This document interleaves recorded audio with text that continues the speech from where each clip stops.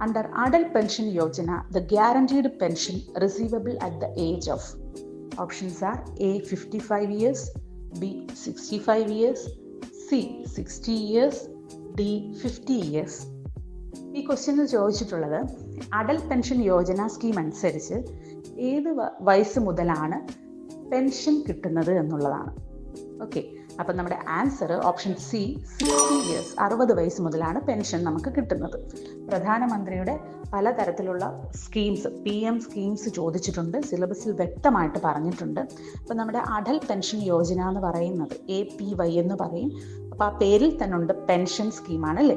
ഇപ്പോൾ 2015 മെയ് 9 ഇത് ലോഞ്ച് ചെയ്തത്. നമ്മുടെ പാവപ്പെട്ട ആൾക്കാർക്കിടയിൽ അല്ലെങ്കിൽ അൺഓർഗനൈസ്ഡ് സെക്ടർക്കിടയിൽ അവർക്കൊരു സെക്യൂരിറ്റി സ്കീം, ഒരു പെൻഷൻ കൊടുക്കുക എന്നുള്ളതാണ് ഇതിൻ്റെ ഉദ്ദേശം. ഈ APY അഡ്മിനിസ്ട്രേറ്റ് ചെയ്യുന്നത് PFRDA ആണ്. PFRDA എന്താണത്? Pension fund regulatory and development authority. Okay, അപ്പോൾ എത്ര വയസ്സ് തൊട്ട് എത്ര വയസ്സ് മുതൽ വരെ നമുക്ക് ഈ ഒരു പെൻഷൻ സ്കീം സ്റ്റാർട്ട് ചെയ്യാം?